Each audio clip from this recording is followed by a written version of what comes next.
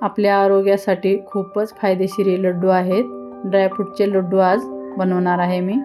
Recipe पूर्ण बघा. नमस्कार, विमलच्या किचनमध्ये तुमचं सर्वांचं खूप खूप स्वागत आहे. आता चला साहित्य बघूया. साहित्यामध्ये मी इथं पहिल्या सुरू तूप घेतले, पुन्हा बदाम घेतले 1 वाटी, इथं इलायची घेतल्यात 7 ते 8, मनुके घेतल्यात, इथं मी अंजीर 1 वाटी घेतल्यात, अक्रोट 1 वाटी घेतल्यात, पिस्ता हे 2-3 चम्मच घेतला आहे. इथं मी काजू घेतल्यात 1 वाटी,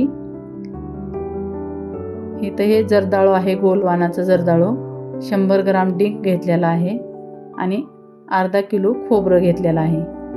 आता इथं मी खारीक घेतली नाही, मी खजूर घेतल्यात, तूप गरम करत आहे. इथं खजूरच्या बिया काढायच्या फक्त आणि 2 तुकड्यामध्ये करून पिसून घ्यायचं आहे आपल्याला. खारीक घेतली तर थोडीशी त्याला मेहनत लागते म्हणून मी खजूर घेतला आहे. आता इथं तूप गरम करून घेऊया. तूप गरम झाल्याच्या नंतर 1-2 डिंक टाकून बघायचं आहे आपल्याला, म्हणजे समजते आपल्याला जास्त कडकडीत तूप गरम करायचं नाही. डिंक तळताना 1-2 डिंक टाकून बघायचं, पटमन वर यायला नको आहे. थोडंसं टाकून बघितल्याच्या नंतर हे बघा, इथं मी हे खजूर दाखवत आहे. हे खजूरचे 2 तुकडे करून ह्याच्या बिया काढायच्या आहेत. बघू शकता इथं डिंक टाकल्यावर तिथंच असं हे येऊ लागलं आहे. डिंकचा व्हिडिओ माझा आला नाही, त्याच्यामुळं मी हे सांगत आहे. डिंक आणि काजू, बदाम आणि अक्रोट तळलेला व्हिडिओ माझा स्किप झालेला आहे. आता इथं मनुके माझे फुललेले आहेत, ते काढून घेते. मनुके काढल्याच्या नंतर मी तूप कमी करणार आहे. हे कमी तुपात आपणाला बारके बीज भाजून घ्यायचे आहेत. इथं मी पिस्ता टाकलेला आहे, भोपळ्याचे बीज टाकलेले आहेत. त्याला 2 मिनिटासाठी आपणाला परतून घ्यायचं आहे. हलवत राहायचं सतत, आपणाला जास्त भाजायचं नाही किंवा करपवायचं नाही किंवा ह्याला लालही होऊ द्यायचं नाही. सतत कमी गॅसवर हलवत राहायचं. आता इथं मी पांढरे बिया टाकणार आहे. तुमच्याकडे जे असेल ते टाका, जे नसेल ते स्किप करा. आणि मुळे म्हणजे इथं मी गोडाच्या वस्तूत आपण साखर किंवा गूळ घेतलेला नाही.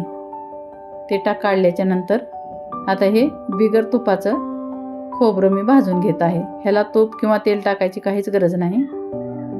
हे आपणाला खरपूस भाजून घ्यायचं, पण लाल करायचं नाही किंवा करपू द्यायचं नाही.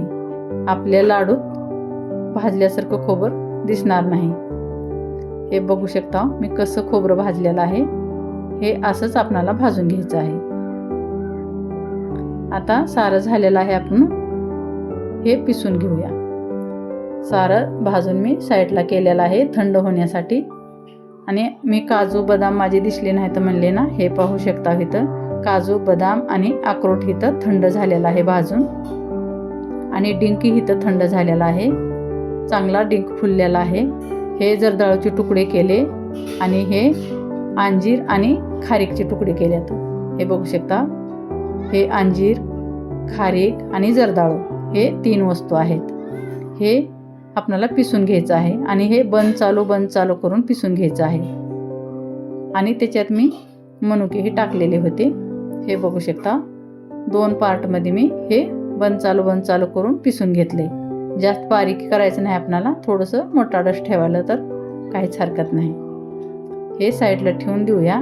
आणि आता इथं हे काजू बदाम आणि अक्रोट हे आपणाला अर्धा भांडं घेऊन पिसून घ्यायचे. 2 भागामध्ये मी पिसणार आहे. हे बघू शकता मोठाड पिसून घेतले, जास्त बारीक करायचं नाही आपणाला. आता इथं हे बारीक जे एकसारख्या वस्तू आहेत ते पिसायचं. त्यालाही बंद चालू करूनच पिसायचं. त्याच्यानंतर खोबरं पिसायचे. खोबरंही आपणाला बंद चालू करूनच पिसायचं आहे. हे एक लगट पिसलं तर ते तेल निघायला चालू होते. हे साऱ्या वस्तू पिसून झाल्या. आता डिंक बारीक करून घेत आहे मी. इथं डिंक आपणाला पिसून घ्यायचा नाही, असंच गिलासानं किंवा वाटीनं बारीक करायचं आहे. कढईत इथं मी 1.5 पळी तूप टाकलेलं आहे आणि हे 3 जिन्नस जे मी अलग पिसून घेतले होते ते इथं टाकत आहे. ह्याला आपणाला कमीत कमी मिडियम गॅसवर 3 ते 4 मिनिट आपणाला असंच परतत राहायचं आहे. ह्याला जास्त फुल गॅस केलं तर आपलं करपू शकतं आहे, त्याच्यामुळे मीडियम गॅस ठेवायचा आणि परतून घ्यायचं. व्यवस्थिशीर हे सॉफ्ट व्हायला पाहिजे. 4 ते 5 मिनिट झाल्याच्या नंतर इथं बघू शकता तुम्ही हे कसा गोळा झालेला आहे. आणि नंतर मी तूप काय टाकलं नाही, पण त्याच्यातच 1.5 पळी तूप होतं, त्याच्यातच बघू शकता बिलकुल चिटकलं नाही. आपण हे चम्मचनं व्यवस्थिशीर काढून घेऊया. आता हे गरम आहे तोपर्यंतच आपणाला हे मिक्स करून घ्यायचं आहे, पण हात बिलकुल लावायचा नाही, नसता खूपच चटके बसतात. हे बघू शकता हे गोडासाठी मी वापरलेलं आहे. हे कमीत कमी अर्धा किलो आपलं गोड झाले सारं. मनुके, खजूर, अक्रोड तर गोड नसतात. हे जर्दाळू खूपच गोड असते आणि ही 4 वस्तू आपण गोडासाठी वापरल्यात. असंच आपणाला मिक्स करून घ्यायचं आहे. कमीत कमी 2-3 मिनिट सतत आपणाला हलवत राहायचं आहे आणि जोपर्यंत हे गरम आहे तोपर्यंतच मिक्स होतं आहे. त्याच्यामुळं चम्मचनं उलटण्यानं कशाने असं मिक्स करून घ्यायचं. थंड झाल्याच्या नंतरच आपणाला थोडंसं हलकं थंड झाल्याच्या नंतर हात लावून हातानं व्यवस्थितशीर मिक्स करून घ्यायचं. जसं हाताने मिक्स होतंय तसं चम्मचनं होत नाही, पण आपणाला चम्मचनं जरुरी आहे मिक्स करणं, पोळू नये म्हणून हाताला. हे आता झालेलं आहे. आता आपण हात घेऊन लावू शकता ह्याला 2-4 मिनिटाच्या नंतर. हातानं चांगलं एकजीव होतंय आणि आपल्याला गोळे बांधायला मदत होते. 2 माणसं जर झालं तर पटपट गोळे बांधायला येते, पण मी इथं एकलीच बांधत आहे, थोडासा टाईम लागेल.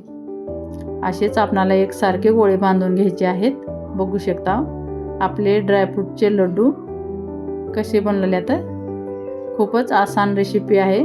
फक्त हिमतीनं आपण चालू केलं की बनत राहते.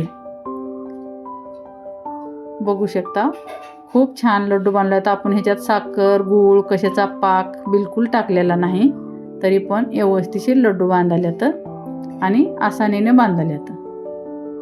हे बघा, आणि फोडून बघितलं तर खूपच हे आसान रेसिपी आहे. कसा वाटला व्हिडिओ नक्की सांगा. लाईक, शेअर आणि सबस्क्राईब करा. कमेंटमध्ये कळवा कसा वाटला व्हिडिओ.